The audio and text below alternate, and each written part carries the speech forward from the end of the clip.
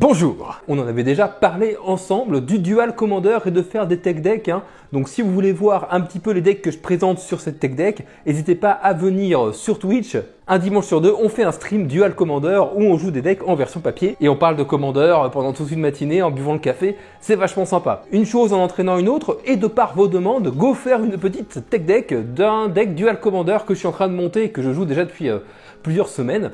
À savoir Winota. C'est la première tech deck Commander que je fais sur cette chaîne. Si ça te plaît, n'hésite pas à le dire dans les commentaires et j'en referai d'autres. On va diviser cette vidéo en plusieurs parties. Donc déjà, on va présenter le commandant parce qu'il paraît que c'est mieux. Le principe du deck, puis les lignes de play principales qui permettent donc de gagner ou d'avancer dans notre deck. Après, on verra un tour idéal, puis on regardera en détail quelques cartes marquantes, pour ensuite finir sur la base de mana, ou la mana base, vous appelez ça comme vous voulez. Alors, Winota, unisseuse de force. C'est une 4-4 pour 4, dont deux incolores, un blanc et un rouge. Un blanc et un rouge. Blanc-rouge, c'est donc Boros.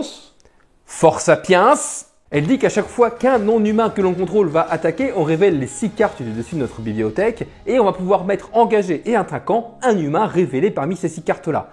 Et d'ailleurs, la créature qui sera attaquante à ce moment-là, qui sera forcément un humain, sera indestructible jusqu'à la fin du tour. Donc ça la protège sur la phase d'attaque. Part du principe que l'on joue un deck agressif, donc avec beaucoup de créatures, ou alors des générateurs de créatures. Qui dit aggro en Dual Commander, on va vouloir plein de petites créatures avec des coûts convertis de mana très faibles, à 1 en général, et si possible des non-humains pour pouvoir les poser le plus tôt possible et trigger Winota le plus de fois possible en un temps réduit. On peut avoir Isamaru, Royaliste, Espoir de Jirapur, qui en plus a l'intelligence d'avoir le vol, mais Winota, elle coûte 4. On joue pas d'accélérateur de mana, en plus on n'est pas trop dans les bonnes couleurs.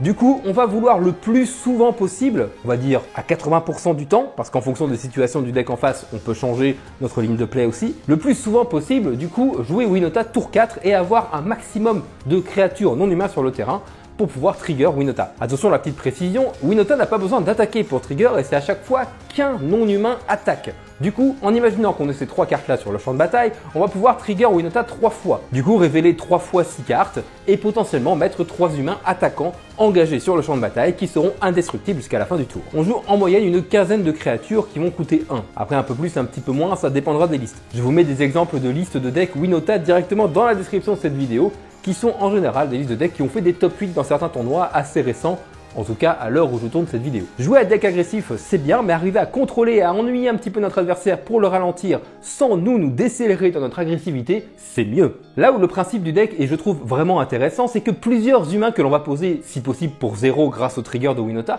vont avoir une capacité statique qui vont permettre d'ennuyer l'adversaire. Par exemple, une petite Talia, ou un grand apolisseur. On va retrouver comme ça entre 6 et 10 créatures, en fonction de comment vous voulez monter votre deck, qui vont permettre de ralentir l'adversaire, et même certaines cartes qui peuvent potentiellement aussi nous toucher, mais évidemment, on en tirera un avantage bien supérieur à notre adversaire. Par exemple, Talia qui dit que les sorts non-créatures coûtent 1 de plus à jouer, normalement, ça va moins nous impacter qu'un mec qui veut faire sa Vrasse tour 4, tu vois. Il la fera que tour 5, et un tour de plus pour nous en aggro, ça peut lui mettre la max. Je vous parlais tout à l'heure de générateurs de créatures que l'on peut retrouver sur des humains que l'on va pas payer grâce au trigger de Winota. Si on prend Pia et Kiran par exemple, qui vont arriver engagés et attaquants indestructibles, machin, vous connaissez la chanson, mais qui en plus vont avoir l'intelligence de mettre 2 top terre, 1-1 avec le vol, qui pourront trigger Winota le tour d'après. Évidemment, en fonction des situations, l'adversaire va vouloir gérer des créatures pour qu'on trigger le moins possible, mais faire de la value de créatures, même aussi petite qu'elle soit, ça peut avoir un impact extrêmement important sur le tour d'après,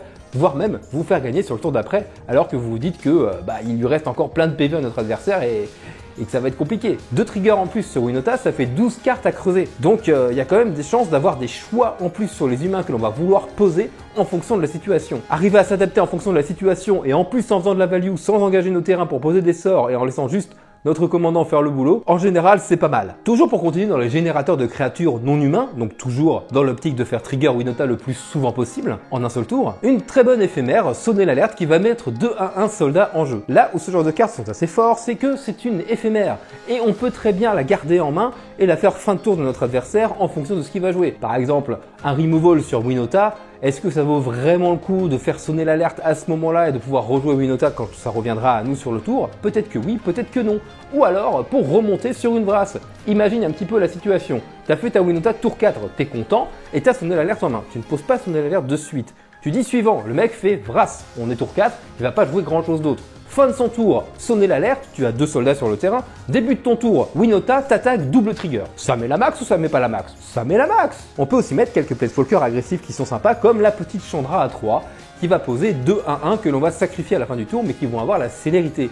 Ça nous fait de manière assurée aussi 2 créatures qui vont attaquer à chaque tour. Et en plus, en termes de gestion pour notre adversaire, et ça commence à faire pas mal de types de cartes différentes à gérer. Comme vous l'aurez compris, les tours les plus parfaits sont les tours où l'on va pouvoir trigger le plus de fois possible Winota.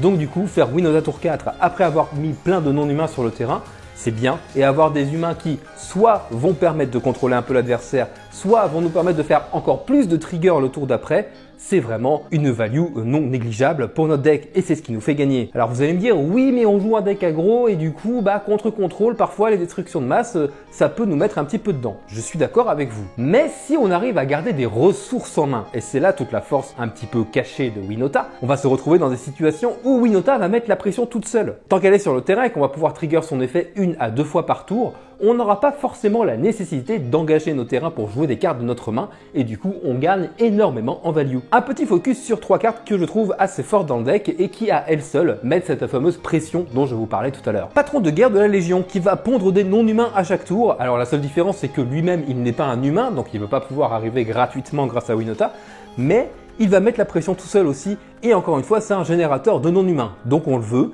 Et tout seul déjà, il va pondre des tonges, donc si tu as ça plus Winota sur le terrain, le mec en face, il est obligé de tout gérer. Sinon, il se fait très vite déborder. En 2-3 tours, ça peut être déjà la fin. Une carte que j'apprécie tout particulièrement, Représentation de la Destinée, qui est une des créatures qui arrive pour 1 en coût converti de mana. Mais l'avantage, c'est qu'au fur et à mesure que la partie va avancer, rappelez-vous, on n'a pas forcément tout le temps besoin d'engager nos terrains pour jouer les cartes de notre main. Du coup, on va rentabiliser ce mana, entre autres grâce à des cartes comme celle-ci, si jamais on n'a pas de sort à jouer en éphémère. Ça va permettre, encore une fois, en une seule carte, d'avoir une pression vachement présente sur le terrain, puisqu'elle peut très vite grossir et passer 4-4, puis 8-8 assez facilement en fait. Et ça va beaucoup plus vite que ce qu'on pense. Donc dans Winota, la synergie est présente. On va finir ces quelques cartes notables par Stoneforge Mystique. C'est un slot discutable, parce que qui dit Stoneforge Mystique dit équipement forcément. Toujours dans cet esprit de mettre la pression avec le moins de cartes possible sur le terrain, d'avoir des équipements qui vont arriver quasiment tout seuls, et aussi de purger notre deck pour avoir plus de chances de choper des humains sur les 6 cartes que l'on révèle grâce à Winota. Certaines listes vont jouer qu'un seul équipement avec Stoneforge Mystique, à savoir Pince-Crâne, qui est une très bonne source de value évidemment. Je suis assez partisan de jouer 2-3 équipements, entre autres la Gîte, que j'apprécie beaucoup, qui peut permettre de tuer les petites créatures qui nous empêchent de passer avec nos bêtes.